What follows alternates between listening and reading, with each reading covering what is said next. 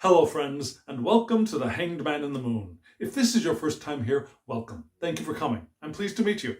If you've been here before, thank you for returning. I'm truly honored.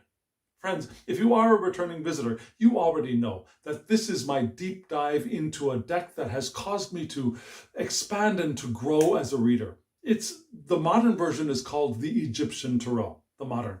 The version that was redrawn in the 2000s is called the Egyptian Tarot. The original deck was designed by C.C. Zane and the Brotherhood of Light. And so, what do? Just in case you're new here, let me give you the lowdown. Every night before I go to bed, I riffle shuffle my color version, the very easy to replace mass market edition of this deck. And I shuffle in the question, what would I benefit from giving my attention to the following day? And I draw my daily draw card. And then I draw the matching card from my very out-of-print version of that deck. Now, this out-of-print version, I believe, was published or printed in the year of my birth. So I'm very precious with it. I don't want to shuffle that deck. I want to keep it pristine. So I pull the matching card from that deck, and then I look at the differences and the similarities. Yes, one is color, one is black and white, but often there are other differences. So I look at that, and then I ask for help from a different deck, the Tarot of the Holy Light by the brilliant Christine Payne-Towler. I do a 3-card spread with that deck. The first card is the significance of my daily draw card for me. The second card is the challenge. The third card is advice. Yeah? Significance, challenge, advice. All helping me unpack my daily draw card. And then, after I've pulled my cards, I go to sleep. The next day, I wake up and I live my day. And at the end of the day, I come back and I analyze that spread and I analyze the daily draw card and I see how meanings, astrological and zodiacal elements either reflect each other or do not. I see how the attributes to the cards either have revealed themselves for me during the day or perhaps are still in concealment, that I still need to do a little bit of probing. And then I do this video, which is what we're doing now. So, friends, I've got the daily draw card all ready to show you. Let me show you those cards, 2 versions of the same card, right now.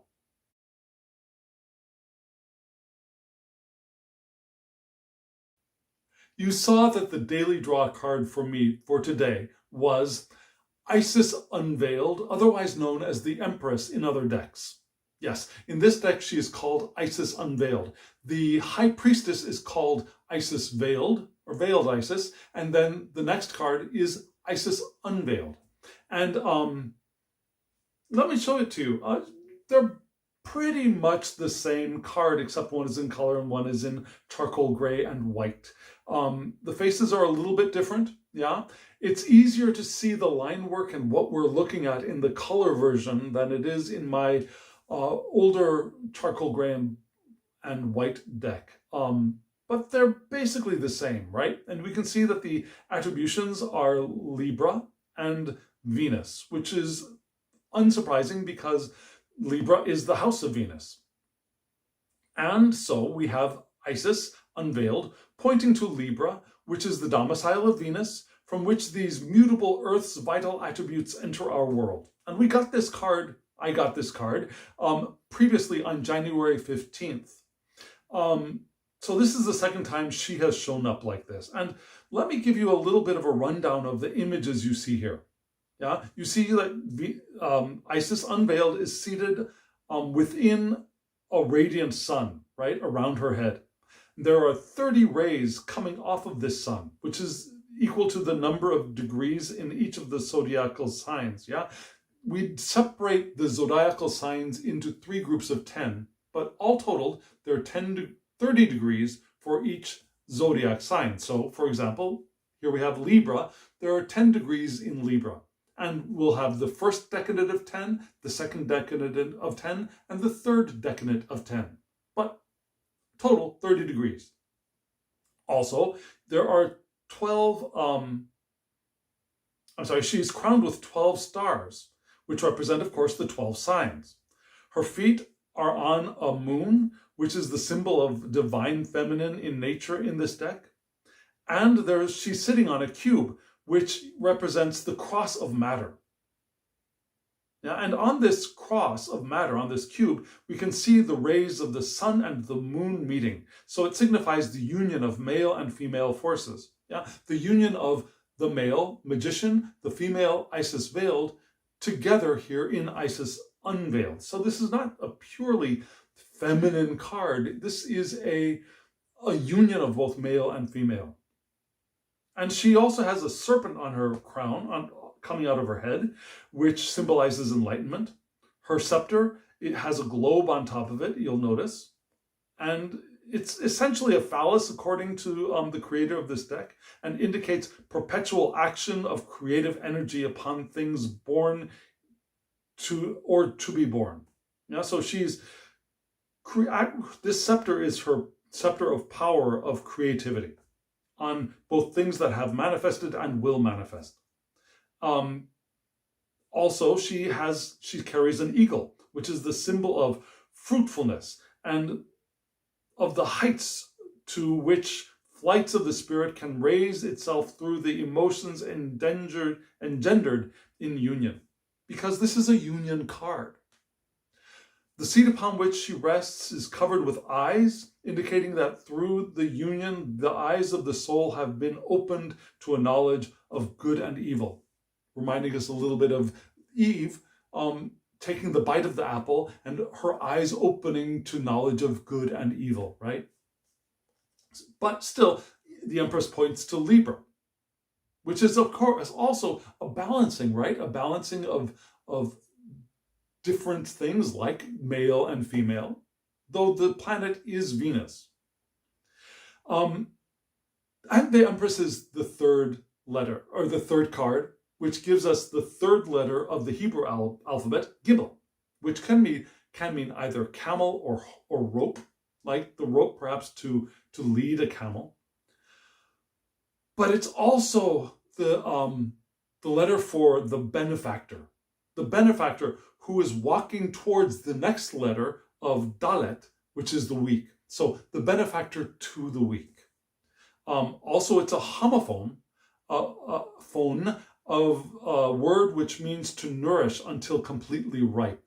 Now, to like nourish your plants until they ripen. So we've got the idea of nourishing here. We get the idea of a benefactor here. And we also have a camel. Now, the third letter in the Elder Futhark, the runes, Futhark, yeah? Fehu, Urus, Fu, right? TH, Thurisaz. The third letter, which means thorn, power, protection, defense, and overcoming obstacles. So we've got all of the creativity, defending that which we are protecting, nourishing that which we are protecting, overcoming things that would stand in the way of our doing our job, of doing the thing we want to do, and wielding power of creativity, balancing both male and female in this one little card. It's all of that. We also get the idea of marriage or action in this card. Success in creative pursuits.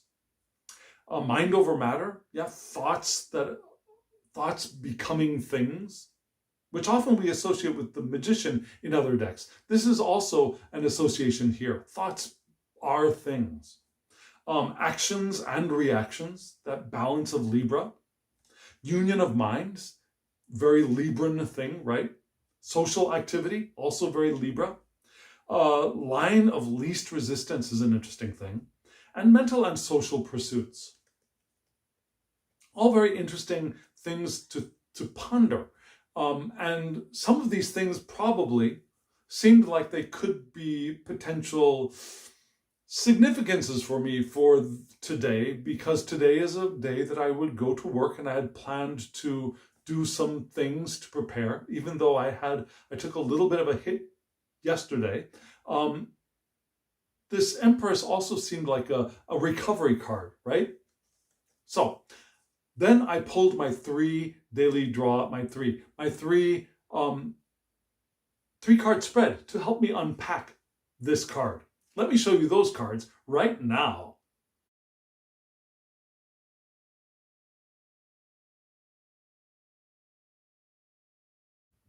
You saw there were 3 cards upright, right? And that's significant because when I use this deck, it's intended to be used with reversals. Actually, the Egyptian Tarot is also intended to be used with reversals, but I'm not ready for that. Just saying. So instead of doing that, I'm limiting myself to and making life a little bit easier on myself by only doing reversals with the Tarot of the Holy Light, which I've done since the beginning. Yeah, from the beginning of my working with this deck, I have shuffled reversals into it every time I riffle shuffled. Yeah, I separate it in half, I turn half of it around, and I riffle shuffle. And then I separate it in half again, and I turn half of it around, and I riffle shuffle. So cards are constantly flipping from upright to upright reverse every time I shuffle. So all 3 of these cards being upright was both a little bit of a relief and significant, I think. And the cards you saw going from left to right were the 2 of Swords, the Queen of Discs, which has not appeared before, and then the 4 of Discs. Now, I've been doing this deep dive for at least 40 videos worth, right? We're on day 43. So having cards that have shown up in the past is not unsurprising. It's to be expected. But having one that has not appeared yet might be a little bit more interesting, right? So again, the 2 of Swords, the Queen of Discs, and then the 4 of Discs. And we'll start with the card that helps me to unpack let me show you the fronts, the Empress card. And that was the 2 of Swords. And let me show this to you close and personal. We've got these 2 arms holding 2 different swords, one of them in light, one of them in darkness. The hand holding the sword in the light is the sword pointing down, which is a symbol of the mother pillar.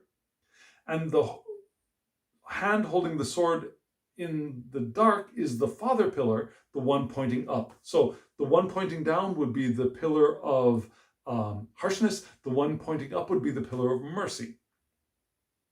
And in the center, we've got these 2 discs. You see them top and bottom. And in each one of these discs, there are 2 triangles.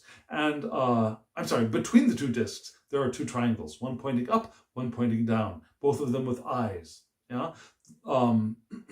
Also in the discs, top and bottom, we see both the male and the female form in union. So this is a very symbol-rich card. And I haven't even picked out all of the symbols. At the bottom, we can see that we have Libra and Saturn. Why do we have Libra and Saturn? Because the 2 of Swords points to the Aquarius decadent of Libra and its subruler Saturn, from which the fixed aspect of cardinal air's vital attributes enter our world. So, yeah, we've got cardinal air is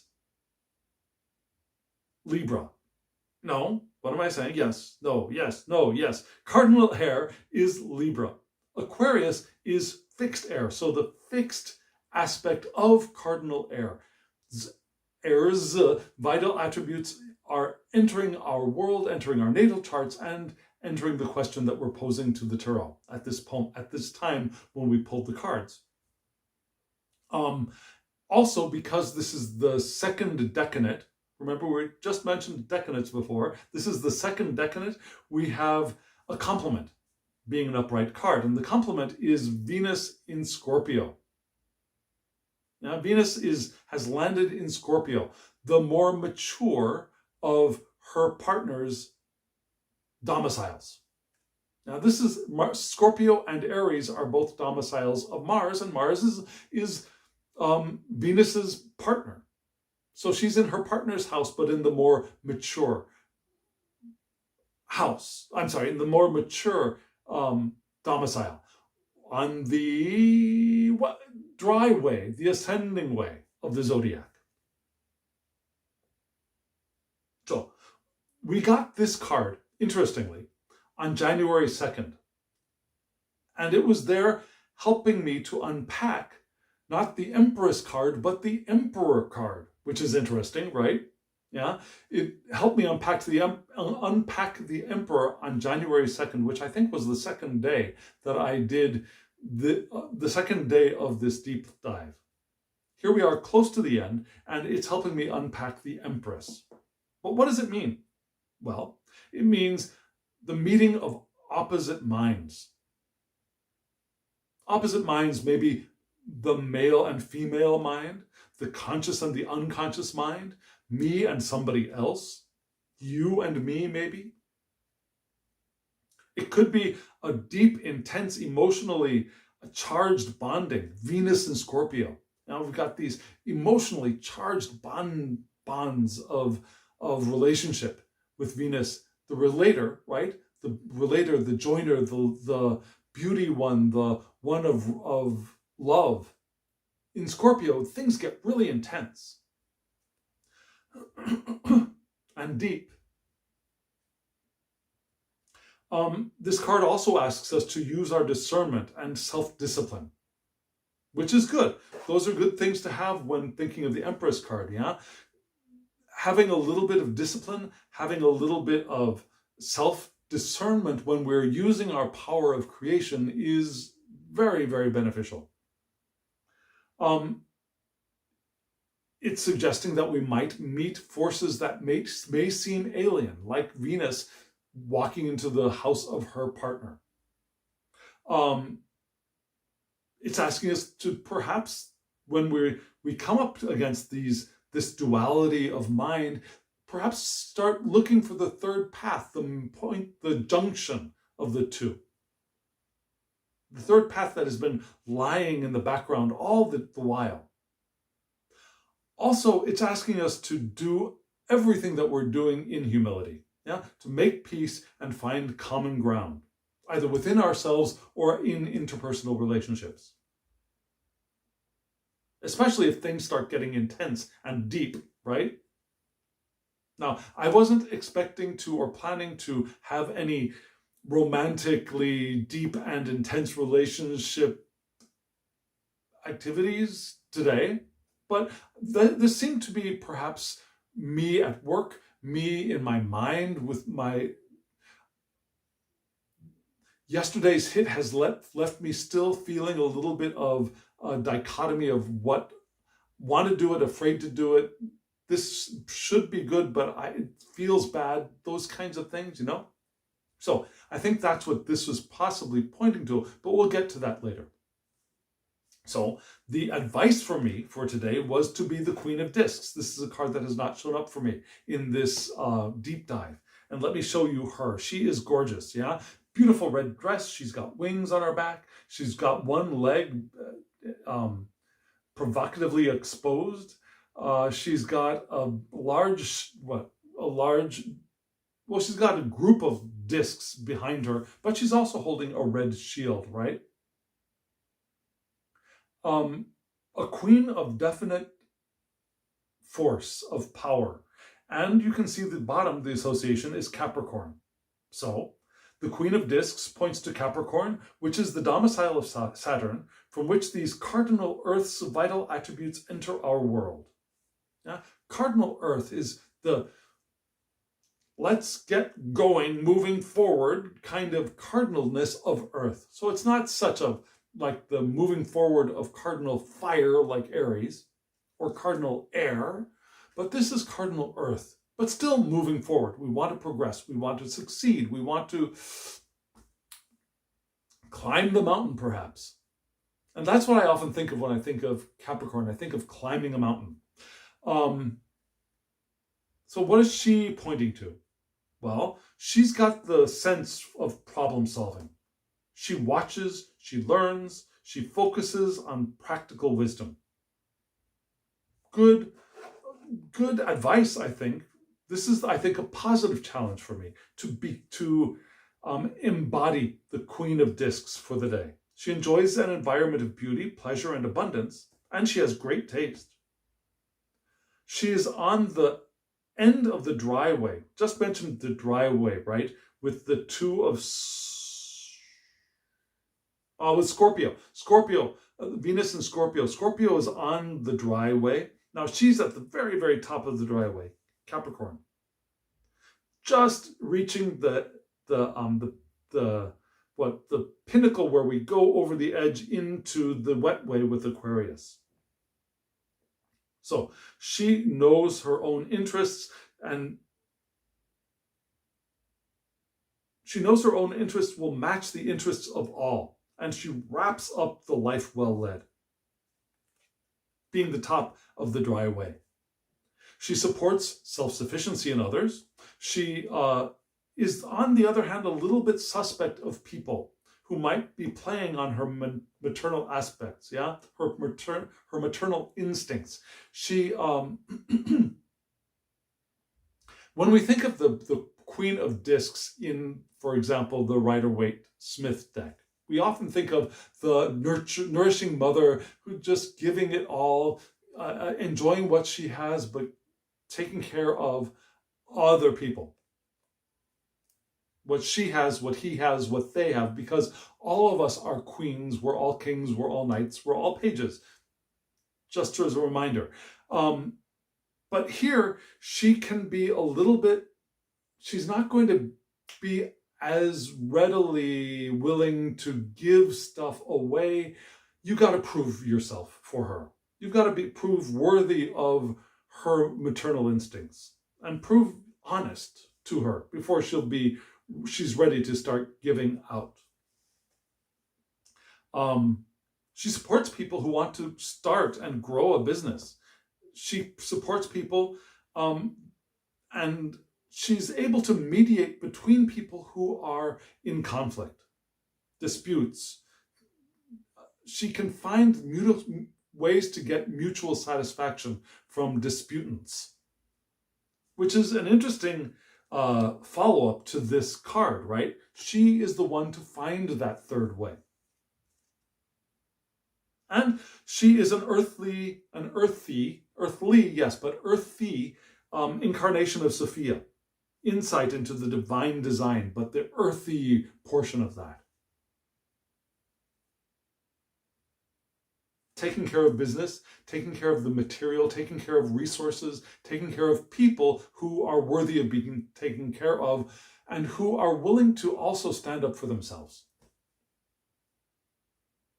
And so the advice from this challenge and the unpacking was to be the Four of Discs, another Earth card. And here we see, what do we see? We see an eagle sitting on top of a nest of 4 spheres, which represent the 4 elements, but also perhaps her chicks, her eggs, on a bed of fire, and over the top there's this moon, right? And that moon is adding a little bit of moisture to help her and her eggs endure this intense fire from below. And why is there intense fire from below? Well, let me tell you, it's because, for one thing, we see at the bottom the attributes, right? This is Taurus and Mercury. So the Four of Discs points to the Virgo decade of Taurus and its subruler Mercury, from which the mutable aspect of fixed Earth's vital attributes enter our world and enter our natal charts and enter the question that we're asking of the tarot. Mutable aspects of fixed Earth's vital attributes. So there's that fixed Tauran thing going on, but we've got Mercury beaming through its room in the house of Taurus, in the domicile of Taurus, which is Virgo, beaming through Virgo into our question and our lives. And this card showed up for me on January 21st to help me unlock the Ace of Air for that day. And here it's helping me to give advice to the Empress. And it points to like I said, points to the Virgo decade of Taurus, so Verus, the Virgo decadent of Taurus. But because this is also the second decadent, we get another complement. And this complement is also related to Venus. This is Venus in Aries. So we had Venus in Scorpio here. Now we have Venus in Aries here. The significance and the advice both have Venus in her partner's houses, in the more mature house and in the hot and fiery house. And that's why we got this fire down there below her, because she's in the house of her partner Aries, which is very, very fiery. So she's in the house of her partner Mars, which is Aries, and so she has to adapt to the circumstances and rear her nestlings within this active power. Let me try saying that again. This domicile is fiery, and it requires her active power to maintain her chicks in this Martian home. That's what I was trying to say. So she's got to really fit in and adapt to the circumstances here, which are hot, but she's got a little bit of help from the moon above. It may also be time for us to identify our own needs here, being Venus in Aries. Yeah, Venus likes to relate, but here in Aries, it's more of that individual, the I kind of thing. So maybe instead of relating, here we need to identify what we need to live the beautiful life that we want, which could also align with the ideas that entitlement is, we all have entitlement. And that entitlement is a blessing and a burden. Whenever we think of other people, there are people who we see as being more entitled than us, and there are people who we see as being less entitled than us. We don't want to get into the comparison game, but we all have our own sets of entitlements. Whether we are straight, cis, white males in a European country or we are not, we all have our own set of entitlements, and that those entitlements that we do have are both a blessing and a burden, because we have to live up to them if we're going to be living the life that we came to live in these bodies. Because great accomplishments are possible here. Growth is sped up here because of that fire. And there's potential to express our talents here, but we have to live up to them. We have the willpower, we have the drive, we have the ambition, the passion, the high tolerance for risks, and excitement in the face of danger. And that's what this card here is. There is danger. There'll be danger here. But we have what it takes to overcome that if we will live up to the entitlement that we have been given. If we'll live up to our eagleness and take care of our chicks, understand what it is that we need to live the life that we want to live, and accommodate to situations. That makes sense, right? And Virgo wants to give order to the Tauran environment a little bit here. Now, Mercury is in Virgo, Mercury in Gemini, it kind of bounce off walls a little bit, right? But Mercury in Virgo likes order, is more mature. And so Mercury in, what am I trying to say? Mercury in Virgo wants to gather this stuff together, get things in line, and move on.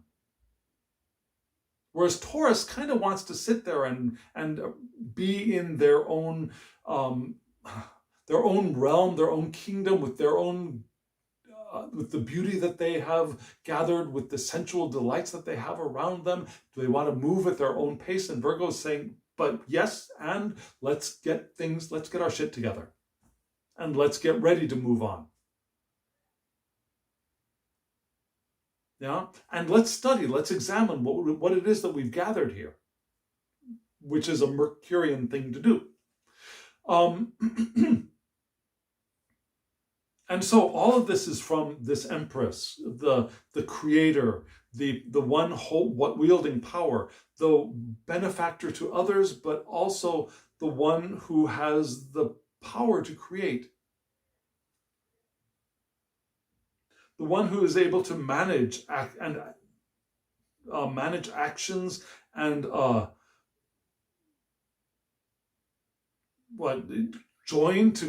join minds together, which could appear to be split. Find that third way here. So maybe it's time for me to just move on to how has this revealed itself to me today? Well, today I woke up and I got ready and I went to work, and I was in a little bit of the two minds territory here, because I had originally last week thought, okay, I'll go into work on Monday and I'll start filming videos, but I didn't feel like I was up to it yet to film my videos for the first week of classes. And still I wanted to be active and creative because, well, Empress, right? So I did the third way. Yeah, instead of going out and creating the video, I went in and I edited my materials and I corrected my materials and decided I would be satisfied with that. And I asked for help, from native speakers of Korean for the Korean manual that I created for online registration for our new textbooks online content. Asked for a little bit of help asked for a little bit of help in proofreading what I had written in Korean, because Korean is not my native language. And I also, what else did I do? And I also got a call from, two more things. Yes. One thing, I also decided, because it looks like I'm going to need a little bit more income. So I had been told about a site that I could register for, that I could get some online classes through this site. So I registered, put up my CV, my curriculum vitae, and apply for like weekly classes for one-on-one online or telephone English classes. So I did that part. I got my information up there and I looked at what might be listed, and nothing was really listed yet. So I got to wait a little bit, but I did that part of it. I got myself ready for that. Also, I had tried to register for a co-op store. We do have a co-op, a cooperative store here near my apartment that I had wanted to register for, and it has some organic stuff, not all organic, but still some pretty quality looking stuff. And if you register and you pay a monthly fee, you get a discount on their stuff. So I wanted to register, and I had tried like 2 or 3 weeks ago, and I tried registering with the worker there, and she just couldn't get my information into the computer. It was fail. And so she sent me home, and she said she would talk to her boss the next day, and her boss would call me. So I waited a week, nothing happened. So I went back in the next week, last week, and talked to the worker there, and she didn't know what was going on. So talked to her. She checked with her coworker and just, oh yes, okay, so, well, the boss isn't here yet. I'll give the boss your card, and they will call me tomorrow, the next day, which would have been Saturday. No call Saturday, no call Sunday. Today, finally, a call came. And they were saying, well, come in the next time. And I said, well, when are you going to be there? Oh, I'm there almost every day. Well, the last 2 times I went in, you're not there. So when when will you be there? Well, I'll be here tonight. I said, good, I'm going into there. I'll be there tonight. He said, well, you don't really have, no, I'll be there tonight. So after work, I went there, and you know what? Bang, bang, bang, registered. Now, I can't actually be fully registered yet because they have a limited number of people in that co-op, and the number of people is all filled. So I have to wait for somebody to drop out, and then I can actually go in. But until that actually happens, they said they'd be giving me the discount, which is wonderful. I paid the fee, the registration fee. It's all a little interesting and quirky here, but that's how things work. And so that's what I did. And so there were those things, those problem solving, the creation of potentials. I think finding third ways was happening here. I think this challenge was nicely met. The challenge of problem solving, managing the material, managing problems, finding the third way, finding a way through, communicating with people like in Mercury and getting minds together, English-speaking minds, Korean-speaking minds.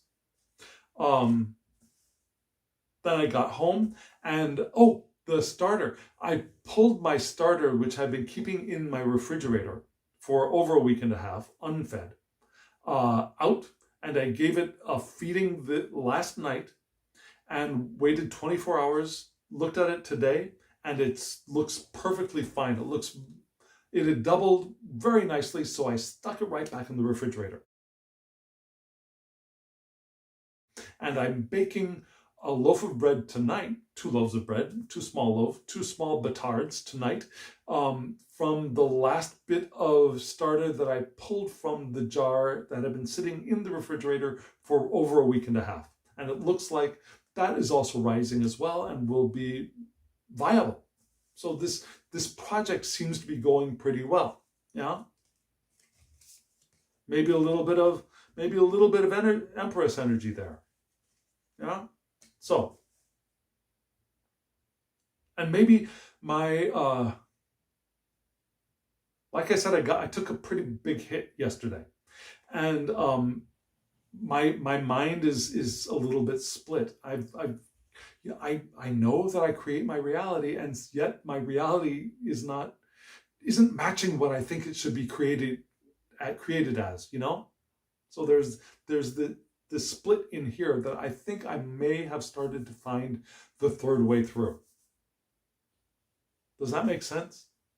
I hope it makes sense. If it does make sense, let me know in the comments below. If it doesn't make sense, let me know in the comments below. I would really love to hear from you. And friends, if you are still here, I'm deeply grateful. Hit that thumbs up button so that YouTube knows that other people might be interested in this video and it will bring more eyes to the channel. Subscribe if you haven't subscribed, and hit the alarm bell so you get notifications of when I upload videos. After this week, I will be returning to my old schedule of doing only like 3 videos a week. So you might want to get notification of when those are available. And yes, comment below. I'd love to hear from you. If you want to get these decks, I have a link to Christine Payne-Towler's site below. I highly recommend this deck as a starter deck, as a gateway deck into the Continental Tarot system. I also recommend this Egyptian Tarot. The color version is readily available. I have a link to an Amazon page. I don't get money if you use that link. It's just for your convenience. And this deck is also a good learning tool to expand our understanding of how the zodiac and astrology and the Hebrew alphabet can, those elements can work within our reading of tarot, right? That's what I'm trying to do. That's what I'm trying to learn here, and what I'm trying to, as I learn to show you my path of learning. So there's that. Oh, and if you want a rating from me, my email address is below. thehangedmaninthemoon@gmail.com. Send me an email. We'll get you a reading. So friends, here we are at the end. Thank you for being here. Thank you for being with me on this journey as long as you have been. I deeply, deeply appreciate you. And now, as always, I wish you love, joy, well-being, and pure awareness. Thank you.